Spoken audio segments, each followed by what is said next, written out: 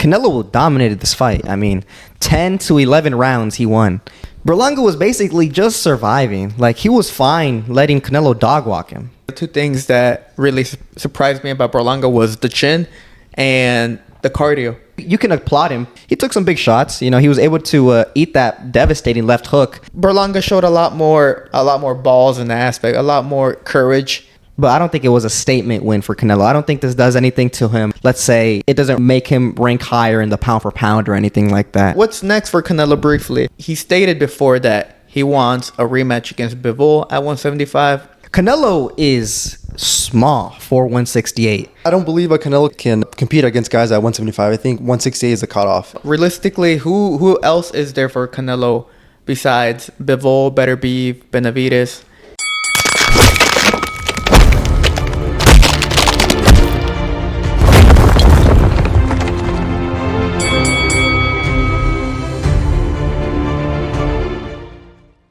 Welcome back to another episode of the Last Round Podcast, where we cover everything from traditional boxing to influencer boxing and everything in between. In today's episode, we will be going over the Canelo Álvarez versus Edgar Berlanga showdown this past weekend on Mexican Independence Day. But before we dive into the episode, make sure to like and subscribe and follow us on all forms of social media. We are on X, TikTok, and Instagram. Everything that I mentioned is down in the link in the description below. But now getting into the episode. Deep dive, quick into it. This past weekend, we had the return of the face of boxing, Canelo Álvarez, as he took on Puerto Rican star Edgar Berlanga in a fight that many people deemed to be a big mismatch. You know, people deemed Berlanga unfit or inexperienced to step inside the ring against Canelo Álvarez, and we were very vocal about it too. I will not lie. I will say that I was coming into the fight thinking, you know, Edgar Berlanga is going to get blown out the water within the first 7-8 rounds. You know, I was predicting a 7th round KO. But the fight didn't go according to that script, and Edgar Berlanga was able to edge out with a, you know, I guess not edge out, but he was able to get away, survived the entire 12 rounds, and Canelo Álvarez took home the victory once again. Does Canelo Álvarez make a point in this fight? Is this a big statement for him in that matter?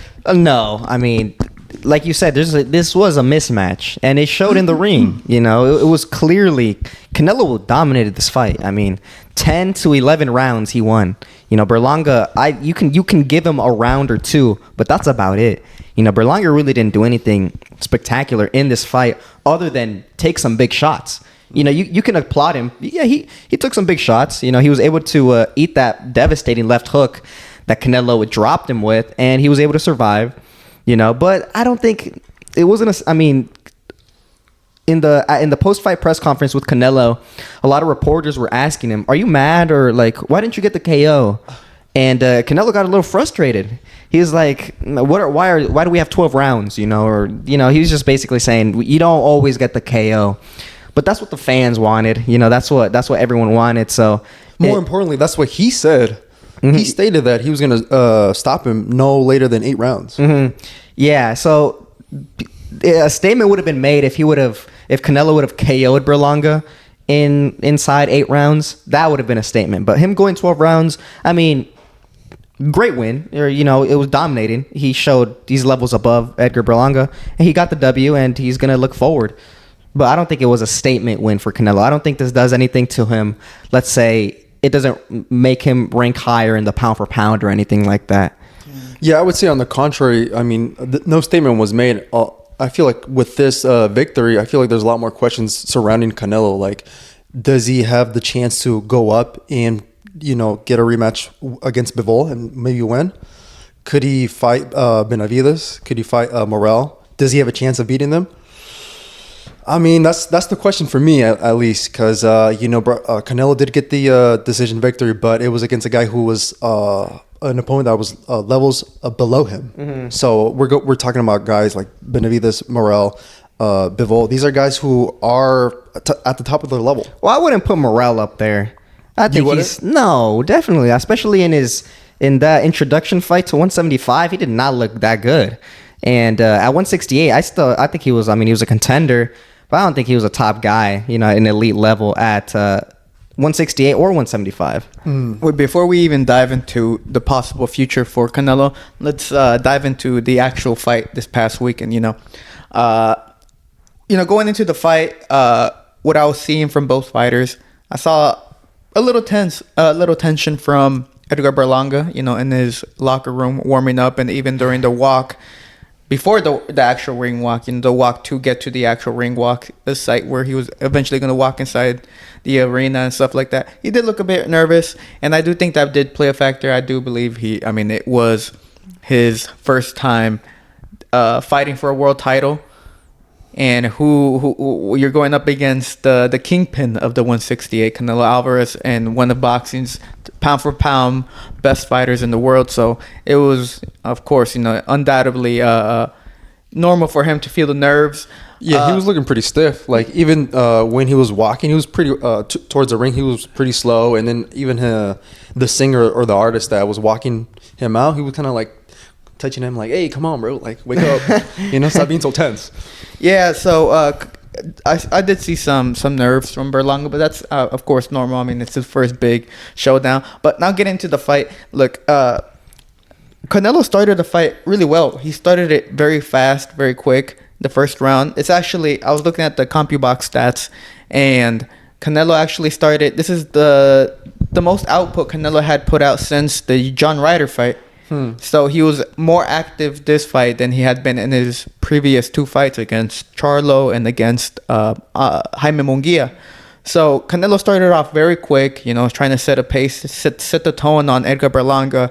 And Edgar Berlanga seemed to be satisfied with, getting walked down, just jabbing. But the jab did play a big role for Edgar Berlanga. I'll give him that. But a lot of his work with the jab was him on the ropes, and you can't be doing that when you have Canelo up in front of you. I mean, Canelo, yeah, he's used to that. A fighter on the back rope, at least trying to keep him off, but he wasn't using his jab with authority, and he didn't build off of it. No, exactly. It was just a jab, and I mean, that's about it. That's where the first half of the fight, I was like, it proved first that the first half of the fight was very dominant from Canelo. I mean, I had it 6-0 after the sixth round.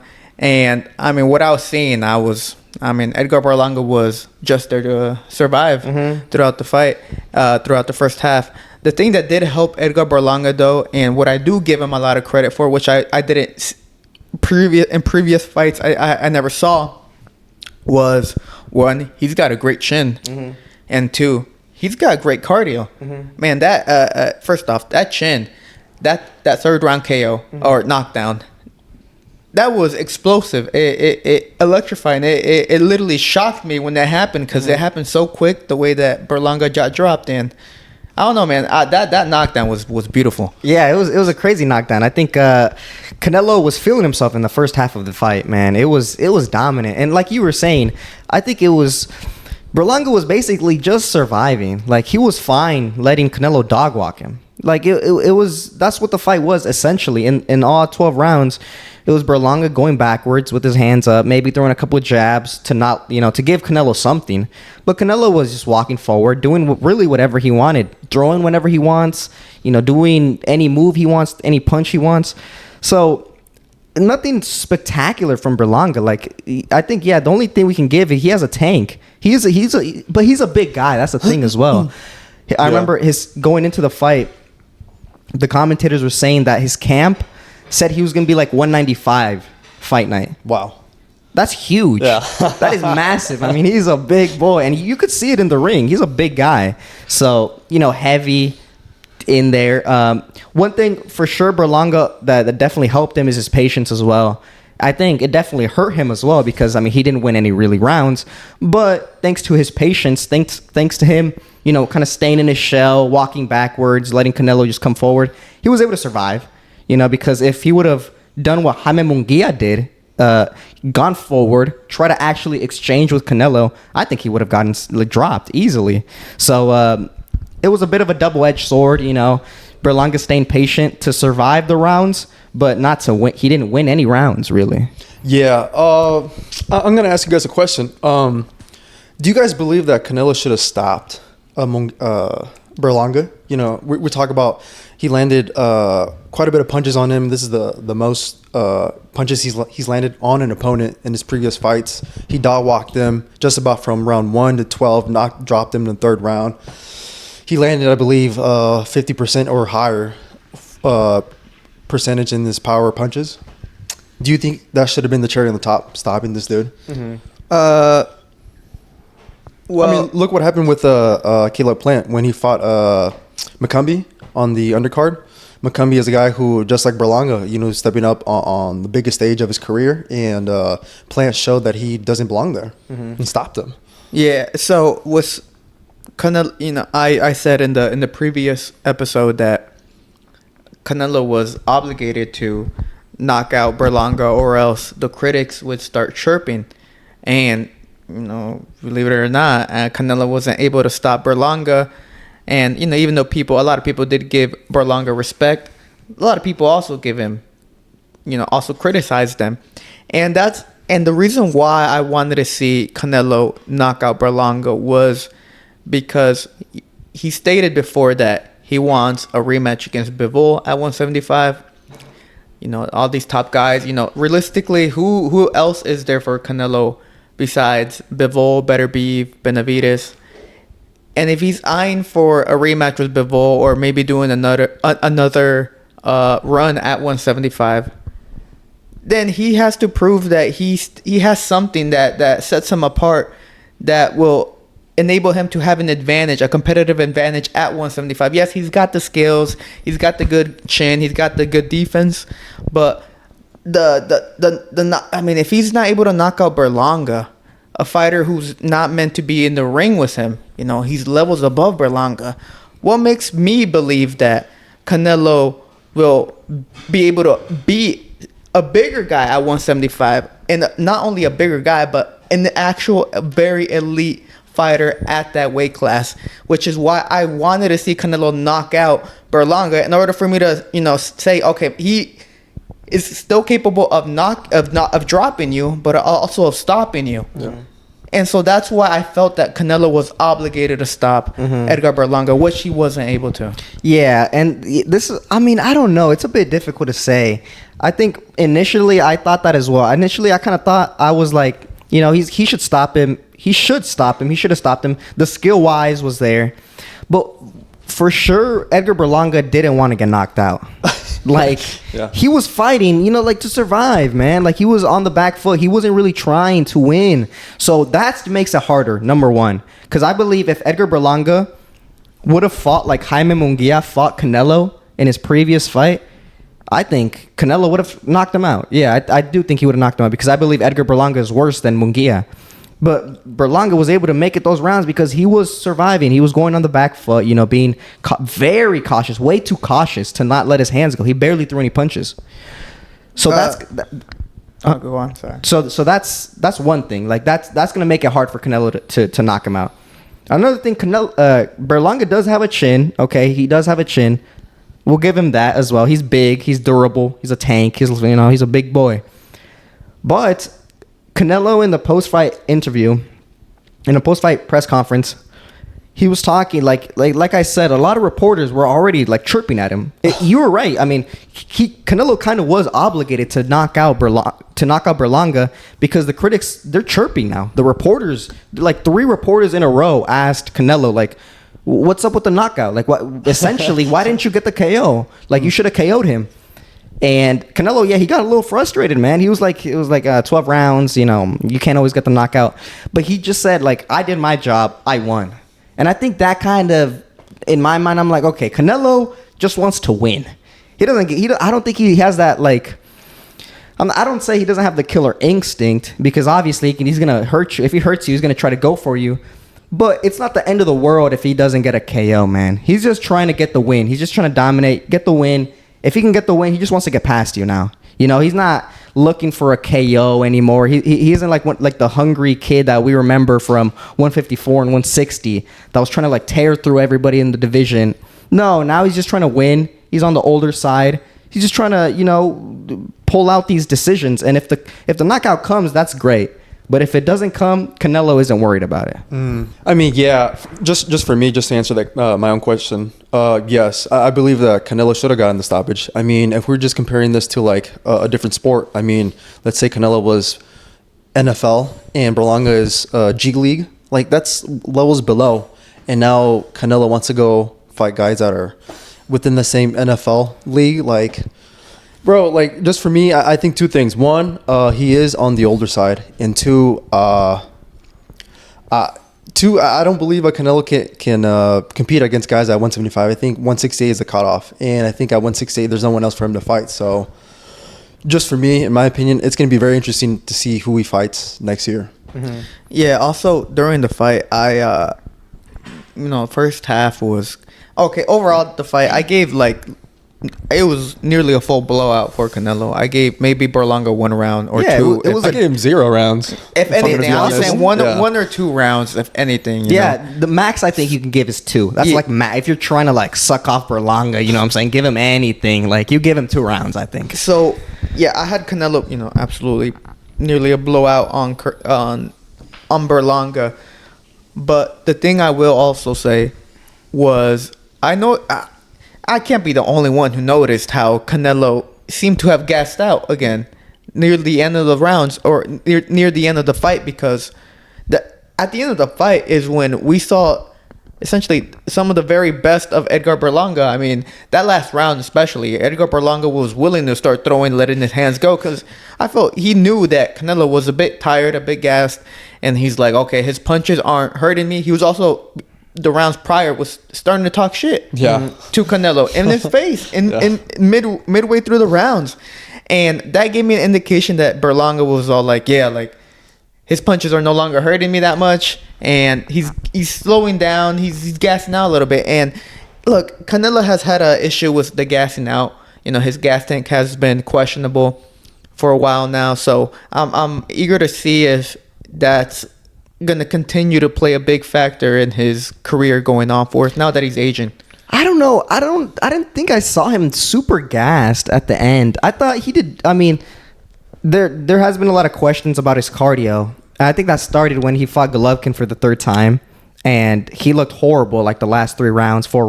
He didn't look that great. But I feel like since then, he's kind of... And also, I think John Ryder as well. I don't think he did that good cardio-wise. But I feel like since then, he's done a pretty decent job maintaining his cardio. Especially in the Charlo fight, he made it a point to stand in between rounds, to not sit down, because he was trying to do it everyone was talking shit about his cardio. Okay, I'm going to stand up. I'm going to be yeah, I'm fine. And his last fight, Jaime Munguia, that was a very action-packed fight. He threw a lot of punches. I thought he performed very well. Even in the 12th round against Jaime Munguia, there's a big conspiracy going around that Canelo helped Jaime Munguia stay up. Oh yeah. Yeah, he hit him with some right hand or something, and he rocked Munguia, but he didn't want to KO him, which I think is some bullshit. But yeah, one thing about the Charlo fight, him standing up in between rounds, is there was no reason for him to sit down, because Charlo wasn't even throwing. For the most part, it was just Canelo just walking him down, throwing punches here and there, but Charlo wasn't really exchanging, wasn't really throwing back. So in that essence,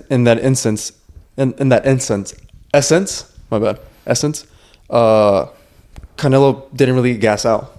Yeah, I mean, but I feel like even in this fight as well, I mean, in that 3rd round, Canelo was extremely active. He was throwing some hard punches. He was throwing some fast punches. Canelo did try to stop Berlanga, or at least hit him with another big shot. But then he realized, hey, Berlanga's he's still alive. He's still complete. He landed a good shot. He went down, but he's fine. His chin is holding up. Okay, let me relax. I think Canelo does a good job regulating his cardio to not gas out anymore. So I don't know if I would say I saw him that gas at the end of the fight. I would say so. I would say the championship rounds for sure. I saw him, let go of the gas a little bit. Now, and he doesn't really throw that much either, because he understands that his gas tank isn't what it was before. Yeah, that's the thing. That's what I'm talking about. Regulation. I feel like he regulates his cardio. I don't think he's always had a problem with stamina. Yeah, so it's a smart thing to do to regulate your gas tank. You know what I'm saying? To not throw when you don't need to throw. Because Berlanga really wasn't doing anything either.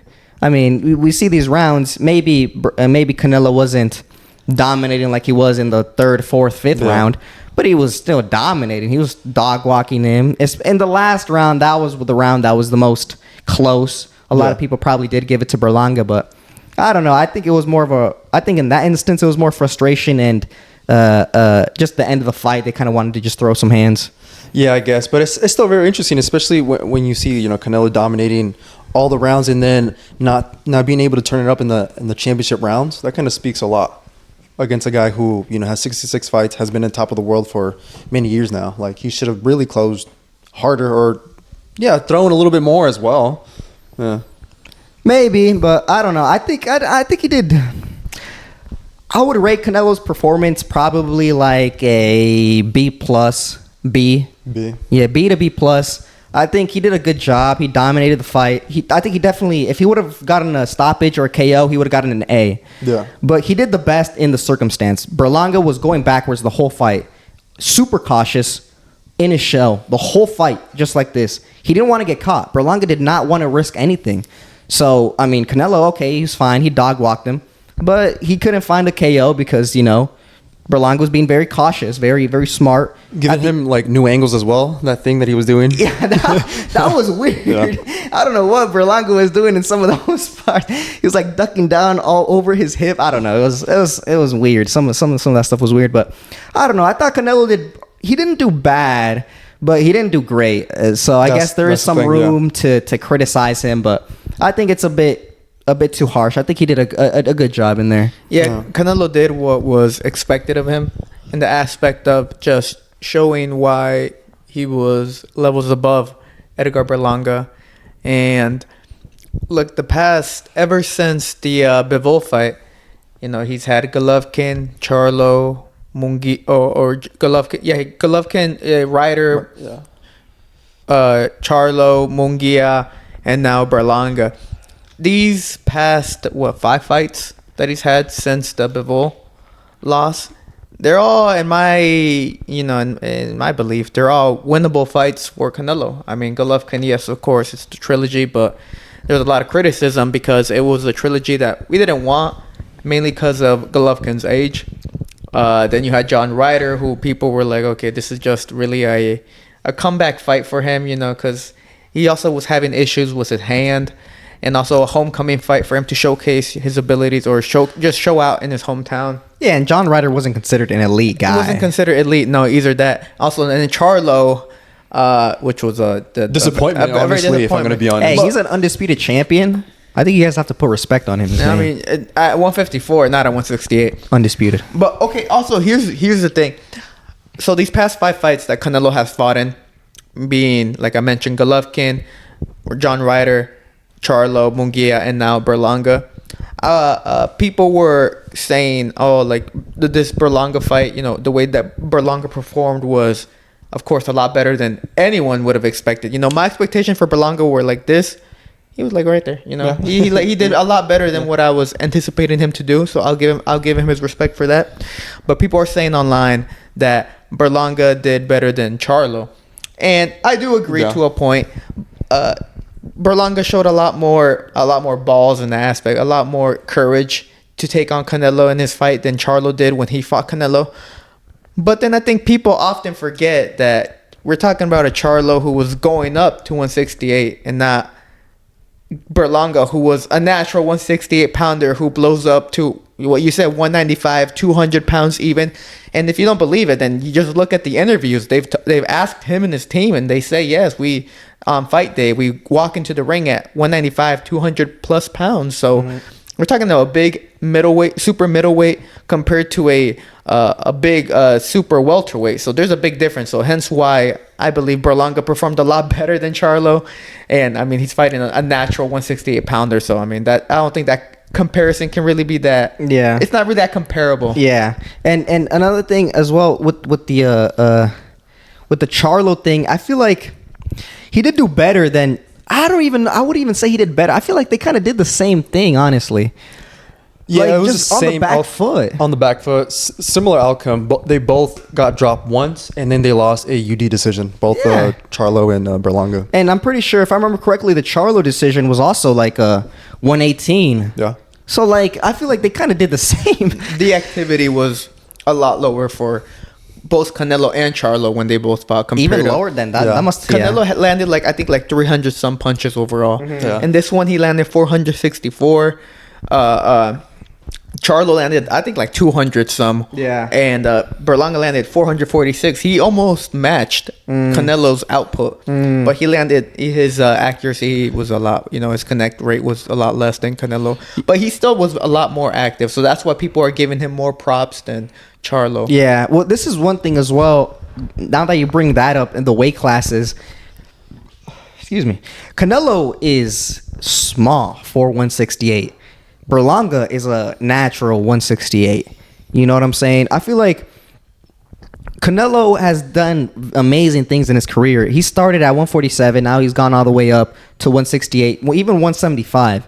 He's fighting some big ass guys, bro. These guys are heavy. These guys are taller than him. These guys are naturally just born wider, bigger than Canelo is. And Canelo, thanks to his skill, thanks to, all his boxing IQ, he's able to beat these guys still. And sometimes, earlier in his career, he was able to get the KOs. Even against Kovalev at 175, he KO'd him bad. But if we look at that fight against Kovalev, Canelo was getting pieced up at some points. That was actually a difficult fight for Canelo. He wasn't doing that amazing. Kovalev was fighting a really good fight. I feel like Canelo, I mean, he's small, man. He's small for that weight class. He's naturally a smaller fighter. And, when you're tasked to fight a guy that's 6'1", 200 pounds on fight day, like you know what I'm saying? What do you expect? And, he hurt him. He dropped him. The knockout didn't come. Okay. I could have probably done the knockout maybe if I pushed a little bit more. But, I mean, the guy is huge compared to me. Like, what? How much more do you want from me? If I'm already fighting guys that are, naturally bigger than me. How much more do you expect from Canelo? Yeah, I feel like just to play devil's advocate, it's almost as if, he is the face of boxing. He is, in his own words, the greatest fighter on the planet, if I'm not mistaken. I'm pretty sure that's what he said during his post-fight interview. He said he's the best. So, if you are the best, maybe start hitting towards the body. The body's there. These guys are taller than him, so go for the body. You got to do other stuff. That's what if I was on the other side would say. I would say Canelo. They had him they had him on the fight tape 5'7.5". Mm-hmm. He keeps getting shorter. Yeah, he does. Because first it was 5'9", and then it was 5'8.5". Now it's 5'8", and now it's 5'7.5". We don't even know how tall he really is. Honestly, but either way, what I'm saying is that Canelo is he's going up against bigger dudes, heavier dudes. He doesn't really on paper. He shouldn't belong in that weight class. Tell me another 5'7.5" fighter who's fighting at super middleweight. John Ryder. John Ryder retired. John Ryder was taller, I think, as well. 5'9". Yeah, I think he was 5'9". Yeah, John Ryder was I think taller. he was taller than Canelo, yeah. Yeah, wow. But still, I'm saying even John Ryder was considered small for the weight. And even at middleweight, even at super welterweight, even at welterweight, Canelo would be considered small. Even at 140, he'd be considered pretty kind of average at that point. Yeah. But still, we're talking about a 5'7.5" fighter fighting that super middleweight, who not only is fighting there, but is the kingpin at that weight class. So yeah, I think even though I was expecting the KO, I can see why. We're also talking about an Asian fighter. I think if you look at the stats when it comes to fighters, their KO percentage tends to decrease as they get older. Mm-hmm. And we have seen the very best of Canelo already. That run when he entered 168 was the prime Canelo. I think what he did there was an incredible achievement, taking out all champions in 11 months. And that Caleb Plant fight was the best version of Canelo. The absolute best, the peak version of Canelo was that Caleb Plant fight, which is why I give Caleb Plant a lot of props, because he fought the very best Canelo at 168. And since then, I think Canelo decided to take the jump to 175 against Bivol. And I think that's when the trouble started for him. Mm-hmm. But I think all his energy, all his everything that he had, left in his tank, was kind of used up during that 11 months run where he took out every single champion during that time frame, and which is why we're seeing a more deteriorate. Oh my gosh, what's the word? Deteriorating. Well, you said it. A version of Canelo, a more a more aging Canelo at this point. Yeah, and this is one last thing I'll say about Canelo, especially with his age. In regards to his age, he answered this in the post. I keep on referencing the post-fight press conference, but he talked a lot about this. He said, when I was young, up and coming, I was fighting all these older guys and beating them, and now I'm fighting all these younger guys and I'm still beating them. It's completely different for Canelo. Now he's 34 years old. Now he's the old guy. He's the one that's fighting these younger prospects, hot rising stars that are trying to, make a name for themselves, trying to dethrone the king, and he's still beating them. So, it's kind of funny. It's like the cycle of boxing. You start young, you're fighting like all these old guys, you're trying to rise up the ranks. Canelo did that. He was 23 when he fought Floyd Mayweather? Yeah. 23 years old. 10 years ago? And Floyd was, I believe, he was like 35, 36. He was on the older side as well.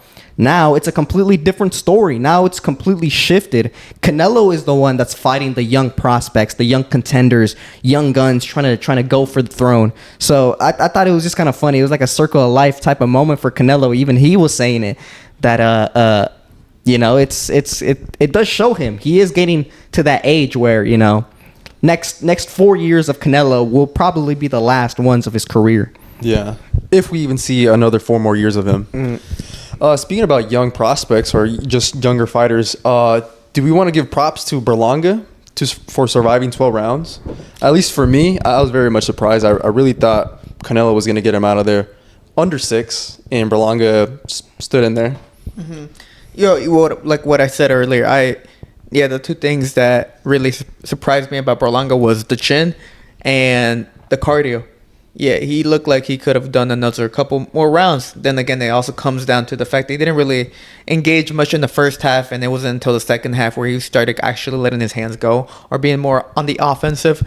But yeah, I'll give him respect for that. He showed that he's not a pushover. He's got a good chin. He trained very hard for the fight, as it showed during the fight that he was able to take some of Canelo's best shots. So I'll give him some respect for that. Yes, of course.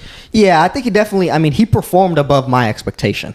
I thought he was going to get KO'd. So obviously he didn't get KO'd. So he did a little bit better. But as well. Like I give him respect. Yeah, he survived.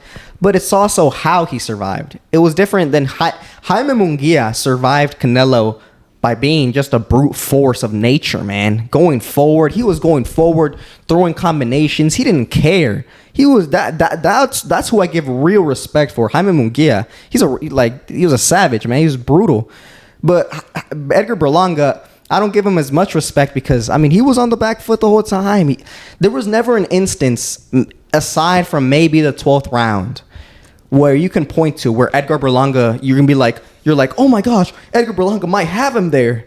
No, there was no instance like that. In the Jaime Munguia fight, you remember those long combinations? Yeah. Those long combinations that Munguia landed on Canelo? There was some hype back and forth a little bit. In the Edgar Berlanga, there wasn't any because Berlanga was on the back foot. So he performed above my expectation. He's not a pushover.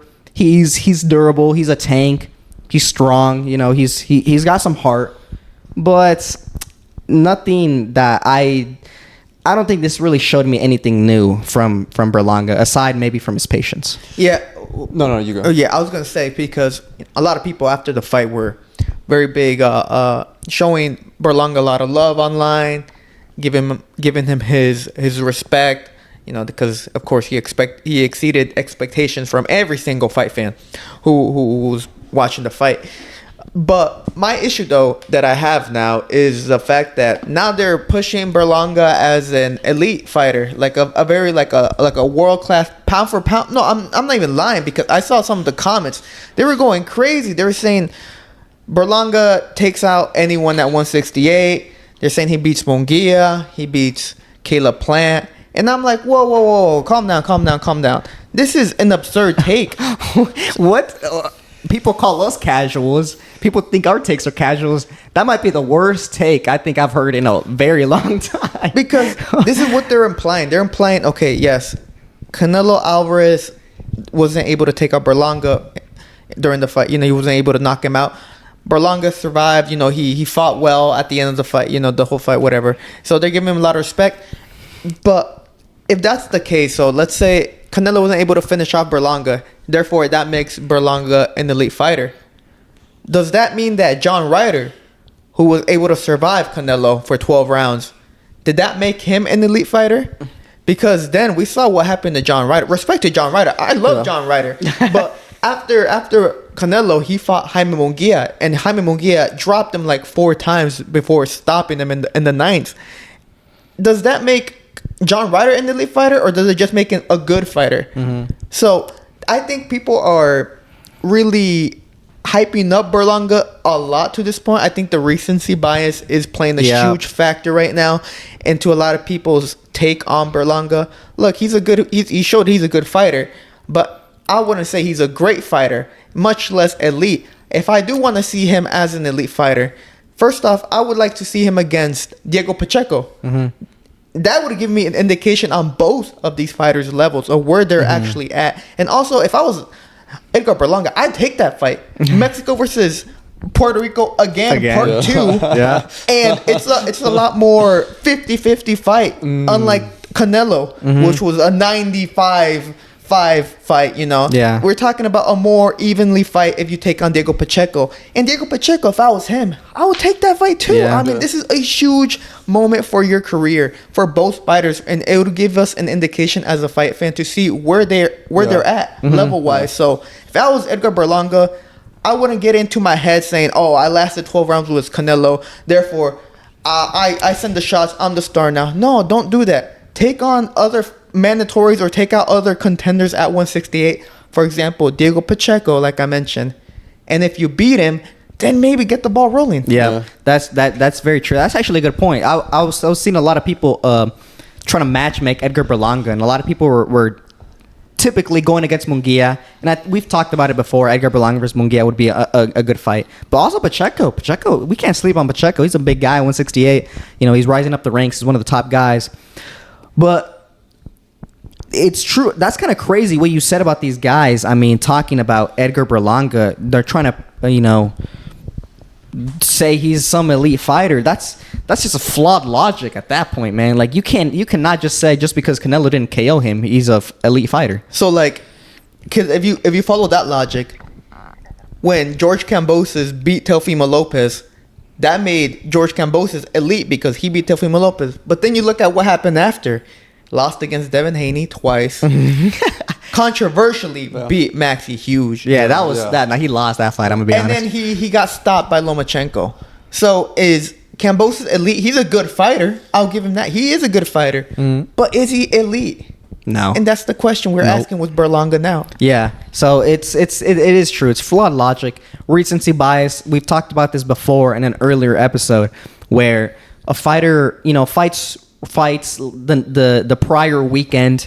He looks, he puts a good performance, and now everyone's like, they're his fan now. Oh my gosh, he's he's a great fighter. He had an amazing performance. Yeah, I don't think it's not true. I don't think Edgar Berlanga showed anything new. I'm gonna be honest. He didn't show. Okay, maybe he showed patience. I keep on going back to patience. The 3 C's. He was cool, calm, and collected afterwards. Yeah. When he was walking the 3 C's, when he was walking into the ring, he was like, "Oh shit, the lights are really bright. There's a lot more people. It's a pro Mexican crowd." But once he's in the ring, I feel like he did show that patience. I mean, he got dropped, he got mad, he wasn't hurt, and then he got up and. Later in the fight, he was shit talking to Canelo. Yeah, because honestly, it could have been a regular person would have gotten dropped and would have had an ego play, been like, I have to get that shit back, and started throwing punches. And if he would have done that, Canelo would have KO'd him and countered him, or they would have broken mentally. Yeah. So it's one or the other. So for Berlanga to stay collected, calm, and cautious. Okay, patience. Show patience. Okay, that's fine. He did show that. But, I mean, skill-wise, I don't think he showed anything amazing. I think the people online, they're acting like they're gonna be Edgar Berlanga fans going forward, which I just don't think that's true, man. They're not gonna be Berlanga fans. You can say he put a good performance. You can say he survived 12 rounds with Canelo, but you can also say, I don't think he's that big. I don't think I'm not gonna watch him. I'm not gonna watch his next fight. Like if Berlanga starts beating Pacheco and then he beats Munguia and then he beats Caleb Plant, oh man, for sure. Mm-hmm. It's how you prove it. Like, yes, he lasted all 12 rounds. Pause. He went all 12 rounds with Canelo. He just had to, I didn't even take it like that, bro. He just had to put it in there. He went all 12 rounds with Canelo, but that doesn't make you an elite fighter, as shown, like I said, with John Ryder. It's what you do afterwards, and if he can either take the route of, oh, I'm a superstar now. I went all 12 rounds with Canelo. I call the shots now. I decide who I want to fight. Instead of being the guy who's like, okay, I'm going to use this as experience. Like what Canelo did when he fought against Floyd. I mean, Floyd whooped Canelo, took him to school. And what did Canelo do? He learned from him, man. And then he became the fighter that we know of today. Yeah. And if Berlanga takes a page out of Canelo's book and applies it to his not only personal life, but his boxing career, he's going to have a lot of success. And we're going to see if he is able to apply it to his career. We might see a lot more Edgar Berlanga in big, mega fights. I mean, he's a big dude. 175 is not out of the horizon for him. Mm-hmm. Yeah, and another thing as well, I mean, Berlanga said in the interview post-fight, he's like, oh, Canelo is my idol. I looked up to him growing up, and when I was fighting in the ranks, just a little prospect, I saw his fight. I was watching films from him and all this type of bullshit. I mean, if that's really true, he should, take this into consideration. He should study film. He should do what you said. He should be like Canelo and Mayweather. It doesn't have to be the end of Edgar Berlanga's career. Far from it. He could have a bright future if he gets the right lessons from this loss. I think it showed him a lot. It was a great experience for him. So if he plays this right, Edgar Berlanga has a very bright future at 168. Yeah, I mean, it's very possible. I mean, he lasted 12 rounds. Great. But that's what you said. He didn't show anything new, really. I mean, he showed a gas tank, which, I mean, it kind of surprised me. So I feel like if he gets a new management, new trainer, new coach, so they can start implementing some things, I think they can start molding him into something like a really great fighter, a guy who could possibly become a world champion, whether it's at 168 or 175. Yeah, I think a world champion at 168 would be the most ideal. I mean, Canelo aging is only a matter of time before the belts become vacant and someone goes up to take it. Or he can also take the IBF route. I mean, the IBF is currently vacant. I mean, you have the two number 1, number 2 contenders taking on for the IBF. So Canelo or Edgar Berlanga could be on route if his management is smart for him to take a piece of the belt at 168, and maybe an Edgar Berlanga world champion status could happen maybe next year if they played they played it correctly for him to get a shot at Canelo. Yeah. What makes me think that they can't play it correctly again for him to get a belt at 168? Yeah, I mean, we can't forget that his new promoter is Eddie Hearn. Eddie Hearn makes shit happen. That's funny. Yeah, I mean, definitely I think Berlanga has so much to work on. I don't even think right now. Honestly, I'd say even in Billy might be him, honestly. No. That'd be a good fight. I think Billy might be him. Billy and Berlanga, that'd be a good one. Because in Billy is just a fucking brute force, man. Yeah. Just a brute force. And I think Berlanga, I mean, because, okay, this was his first fight that he showed his back foot game. He's never fought on the back foot like that. And, okay, this was his first fighting on the back foot. We saw a new facet in his arsenal. Nothing crazy. I mean, nothing impressive. He was better when he's on the front foot. That's why That's why I criticize him being on the back foot, So I think Mbili would just push him on the back foot, and I don't think Edgar Berlanga fights that well on the back foot. Oh, wow. That'd be a good fight, though. It would, yeah. It'd be two forces clashing into each other, really. Yeah, it'd be a whole different... Yeah, stylistically, that would actually make a lot of sense where Berlanga would... I don't know if it's one that he would take right away or immediately, but I'm just saying it's a possible future since they're both contenders for different organizations. So that's actually a good insight on that. But yeah, so Edgar Berlanga, according to a lot of fans, is very high fighter, high contender at 168. But this past weekend, he showed that he is simply not at the level of Canelo or at the pound for pound level. And it was as expected. I mean, you saw those odds on DraftKings. They were absolutely ridiculous. I think it was like minus 1,800 for Canelo and plus 1,000 for Berlanga. You could bet the house on Berlanga and you could pay off a mortgage. Yeah, honestly. That was crazy. But you would have lost your money that night. Yeah, you would have. I mean, yes. Yeah, you would have lost your money and your house, and your spouse. But yes, this past weekend we saw the return of Canelo Álvarez. What's next for Canelo briefly? He stated he won, like I mentioned earlier, he wants Bivol a rematch at 175. And there's not many options for Canelo Álvarez at 168. I mean, he could go for just fighting off mandatories, fulfilling his obligations as champion at 168. But if he wasn't willing to do that against William Skull, what makes me think he's going to do it for another guy, another mandatory? Well, I'll tell you right now, according to the post-fight conference, once again, what did he say? They asked Canelo, first of all, talked about it in the beginning. Firstly, I'll say this about Crawford and Canelo. That's been a fight that's been rumored for like a year now. I think a reporter asked Canelo.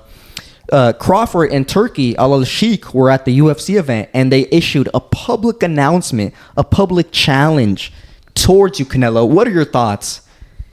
You know what Canelo said? No comment. Next question. He didn't even answer that shit. So I think that proves Canelo versus Crawford is a fantasy matchup. I don't think we're ever going to get it. That is not a fight that's going to happen. That's just my thoughts. But then they asked Eddie Reynoso a couple questions, and he gave a little insight because Canelo didn't really want to answer the question. Canelo was kind of avoiding it. Eddie Reynoso said, Canelo has done a lot in his career. He's accomplished a lot of things. Right now, we have 3 belts, and soon we're going to be going for the 4th one. We're gonna be undisputed again. Oh. I was like, oh, okay. So then maybe it's nothing is full official. But maybe they have a little idea of becoming undisputed again at 168. That shows maybe staying at 168. Because I know Canelo, in the fight week leading up to Berlanga, he was talking about, expressed interest again about fighting Bivol in May if he wins against Better Beef. So I don't know. I mean, there's a lot going on with Canelo. He's the top dog. He can do whatever the hell he wants. He chooses.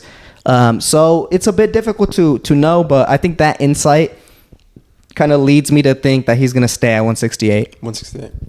Yeah, it's just like what you said. He is a top dog. He can do whatever he wants. I mean, he has an infinite amount of options, really. If he wanted to, he could do exhibition matches if he wanted to. But Canelo versus Jake Paul exhibition. El Gallo, Jake Paul. Puerto Rican Jake Paul. That's next Mexico versus Puerto Rico. Jake Paul versus Canelo. Oh my gosh. But for me, I mean, I said it last podcast. He should retire, dude. If he retires now, beating he beat Berlanga, he's gonna be retiring at the top of the totem pole. He did everything he could, really. I mean, just for me, like that seems like the best option almost. If I was Canelo, just retire and be like, Benavidez, fuck you. You're not gonna get the fight. Morel, I'm not even gonna say anything. Crawford, that's a fantasy matchup. No one's gonna get anything. Turkey, fuck you too. You got a big mouth. You just got into the sport. That's a simple response, and that's a simple decision. That's a simple decision to do for Canelo, but I think it's the hardest decision for a boxer to like lace up the gloves to know when to retire. That's historically that's been one of the hardest things that boxers go through. They don't know when to retire. So I don't think. I mean, at least Canelo, even his team, didn't express any thoughts of retirement at all in the post-fight press conference. They were talking about, go forward, rest, be with my family, and let's see what's next. So, yeah, I think that's the hardest ask for a fighter, especially one like Canelo who's been dominating for like 10 years, to just be like, okay, just retire. Yeah. Well, I think one thing is for sure about Canelo's future. He's going to be going back down to Mexico and sipping on his new beverage drink that he has out. Yeah. Does he have a new drink? Yeah, Viva Yeah. VMC. VMC. Viva Mexico, cabrones. Is it like an alcoholic drink or is it just like a It's an regular? adult beverage. Okay. 21 plus. no. In Mexico, it's 18 plus. No, Mexico's 15 plus. Yeah, Mexico's 13 plus. I don't give a fuck. Straight out the womb, bro. Yeah. Newborn gets a shot of Patron. That's how you know you're Mexican. So, yes, that was... you guys have anything else to say about the... I do want to talk about a few things just straight off the bat. So apart from Berlanga getting dropped, Harvey Dock also got dropped by a ghost. Oh, yeah. That was kind of weird. He just kind of slipped and almost ate shit, which was kind of funny. No, he did. He did? I mean, he fell on the ground. Yeah. I mean, that was, I think, in the history of boxing, that was minus 1,000,000 aura points for Harvey Dock, dude. That was horrible. I mean, that was atrocious. What the hell was he doing? Like, it wasn't either Berlanga or Canelo who like bumped into him and he was like, oh shit. He just slipped. He was a little too excited, man. Yeah. He was like, all right, he's going to restart the fight, and then he just slips. I mean... Yeah, I think he did it. Honestly, Harvey Dock has been a very questionable questionable ref. And even in this fight, I don't think he did that good as well. No, I didn't think so either. And then the second point and the last point that I want to make is that right after the 12th and final bell rung, Berlanga pressed Canelo up to the ropes and got it right into his face. And I thought for a second they were going to kiss. No, Berlanga wanted to make out with him. Oh. Yeah. Oh, I missed that. Yeah, I was... It's his idol. Yeah. You know what I did like, though? When Berlanga did the purpose headbutt on Canelo, and then Canelo was like, you want to do that? I'm going to hit you with that right, man. Yeah. That might have buzzed Berlanga, man. I can't lie. Yeah, this was a very physical fight. Very Mexico, Puerto Rico. There was a lot of instances where like they were getting a little dirty, Their egos showed up for sure. Exactly. And I think Harvey Dock, this once again goes to Harvey. I don't think he did a great job taming the fighters and taking control. I think he was just kind of all over the place, didn't really know what to do. Seemed very inexperienced, which is kind of ironic because he's been refereeing top level boxing for a very long time. Yeah. Well, Harvey Dock, he's probably going to be the next Canelo fight either way. So they love bringing him on for Canelo fights. Yeah. But you guys have anything else you guys want to talk about this past weekend? No? Okay. So let us know down below about Canelo Álvarez against Edgar Berlanga. Is Edgar Berlanga now, quote-unquote, an elite fighter like many of y'all are implying? What's next for Canelo Álvarez? Is the Crawford fight actually a fantasy matchup? Can he actually beat David Benavidez? Is Bivol too much of a risk for Canelo at this point of his career? Let us know what you guys are thinking down in the comment section below, as well as follow us on all forms of social media. We are on X, TikTok, and Instagram. Lastly, don't forget to follow us on Discord. We're trying to build up a community, and you joining will be very helpful for us. Everything that I mentioned is down in the link in the description below. But this was Pablo, and I am with Rudo and Asa, and this was the Last Round Podcast. Thank you for watching.